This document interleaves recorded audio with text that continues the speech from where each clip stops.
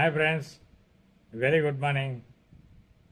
ఈరోజు మనం బాహుబలి లాంటి అద్భుతమైన కథను ఒకటి చెప్పుకుందామా. ఒకసారి బుద్ధిమంతుడు అనే వాడు బరువులన్నీ మోసే లాజిస్టిక్ పడవలు అన్నీ కూడా వేసుకొని బయలుదేరాడు.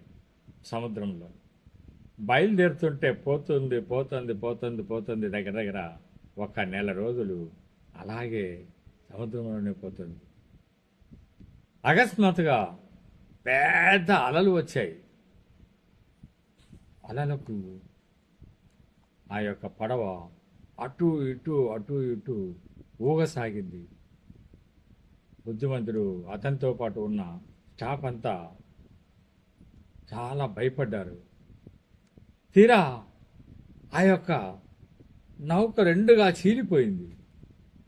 చీలిపోతేనే ఆ పడవ కుంగిపోయి సముద్రంలో మునిగిపోతూ ఉంది.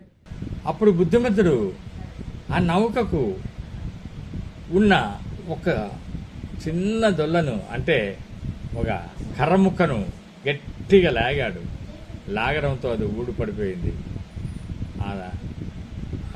కొవ్వు ముక్కను పట్టుకొని దాని మీద పడుకొని ఇట్లా ఈదుతూ తెల్లవారులు నానా కష్టాలు పడి ఒక దీవి చేరాడు. ఆ దీవి ఎవరిదో తెలియదు, ఏముంటాయో తెలియదు. జంతువులు ఉంటాయో, మృగాలు ఉంటాయో, మనుషులు ఉంటారో, ఏమున్నాయో కూడా అతనికి తెలియదు. ఆ బుద్ధిమంతునికి వచ్చి అక్కడ ఒక బండ ఉంటే బండ మీద కూర్చొని బోరున ఏడుస్తున్నాడు. ఏడుస్తుంటే అంతలోనే ఆ యొక్క దీవి పక్కనే ఉన్న ఒక దారి వెంబడి పెద్ద ఊరేగింపుగా ఏనుగులతో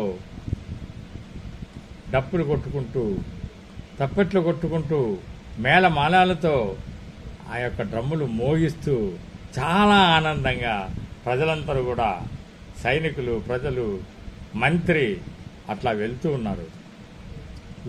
వెళ్తూ అలాగా ఆ బుద్ధిమంతుడిని చూశారు.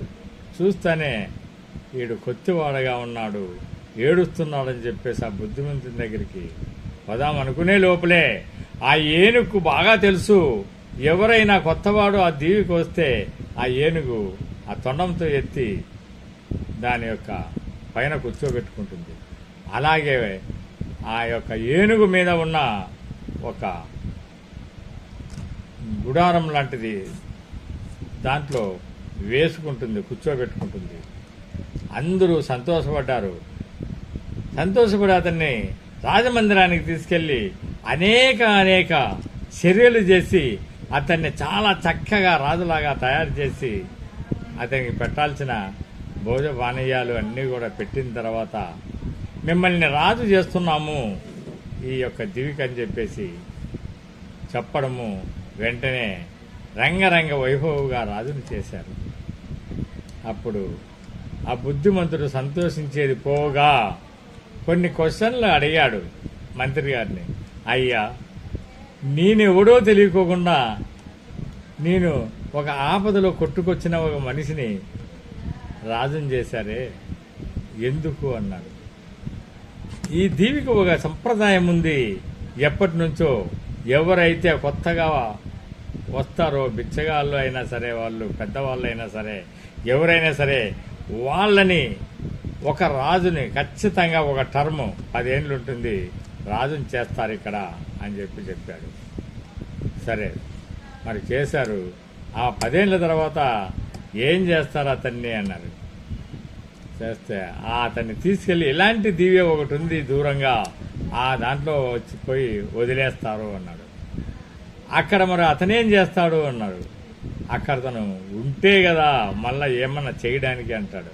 అదేంది అని అడగచ్చా, మళ్ళా ఆసక్తిగా ఎమోషనల్గా అడుగుతాడు. ఏమీ లేదు, అక్కడ అతన్ని వదిలేయగానే క్రూర జంతువులు వచ్చి అతన్ని తినేస్తాయి అంటాడు. మరి 10 ఏళ్ల తర్వాత నా యొక్క సంగతి కూడా అదేనా అంటారు. మంత్రి గారు ఇదేనా అంటారు. అవును, మీరు కూడా అలాగే 10 ఏళ్ల తర్వాత క్రూరముగాల చేత చావబడుతారు అంటారు. అలా కాకుండా ఉండాలంటే మరి మనం ఏం చేయాలి అంటాడు. అలా కాకుండా ఉండాలంటే తాగుడుకు కానీ వ్యసనాలకు కానీ దూరంగా ఉంటూ ప్రజల క్షేమాలు చూసుకుంటూ ఈ దీవి డెవలప్మెంట్ చేసుకుంటూ అంటే ఈ యొక్క అభివృద్ధి చేసుకుంటూ అలాగే ఆ దీవిలో నీట్గా తయారు చేసి ఇక్కడ ఉండే ఎక్కువ మందిని ఒక సగం మందిని అక్కడికి కూడా పంపించి అక్కడ నివాసాలు తయారు చేస్తే దూర ప్రాంతాలకు వెళ్ళిపోతాయి మనిషి సందడి ఉంటే అని చెప్పడం జరిగింది. రాజులంతా చాలా మంది ఉన్నారు కదా, ఎందుకు చేయలేదు 10 ఏళ్ల కాలాన్ని ఏం చేశారు అంటే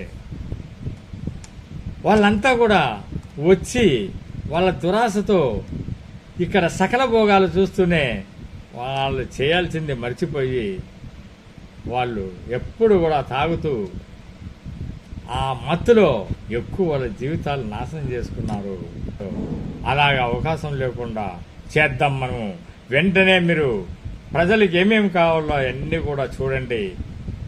ఆ తర్వాత మరి ఆ జీవి ఒక దూరంగా నుంచి మనం చూసి దాన్ని మన దగ్గర ఉన్న ఇంజనీర్లతో చక్కటి ప్లాన్ చేయించాలి. ఎక్కడెక్కడ ఏ అడవులు దిట్టంగా ఉన్నాయి, అడవులన్నీ ఏ విధంగా మనం శుభ్రం చేసుకోవాలి, వాటికి రోడ్లు ఎలా చేసుకోవాలి, ఈ విధంగా అన్నీ కూడా చేయడం వల్ల మనం గొప్పగా ఆ దీవిని కూడా ఈ విధంగా జనసంచారం సాగి నివాసం ఉండేలాగా చేసుకుందాం అని చెప్పేసరికి మంత్రి ఎంతో సంతోషించి తన కర్తవ్యాల్ని నెరవేర్చడం మొదలుపెట్టి అతను మరి ఇంకొక విషయం చెప్పారు. మీరు చాలా మంచి చేస్తున్నారు కాబట్టి 5 ఏళ్ళు మాత్రమే ఇక్కడ ఉండి తర్వాత 5 ఏళ్ళు ఆ దీవికి కూడా వెళ్ళి ఆడ కూడా గొప్పగా చేయొచ్చు. మీ యొక్క పేరు చిరస్థాయిగా 2 జీవుల్లో కూడా ఉండిపోతుంది. మీ మంచితనం అలాగే శాశ్వతంగా ఉండిపోతుంది అని చెప్పడంతో రాజు కూడా చాలా సంతోషించాడు. చూసారా? ఈ కథ నచ్చితే లైక్ చేయండి, సబ్స్క్రైబ్ చేయండి మిత్రులారా. Thank you.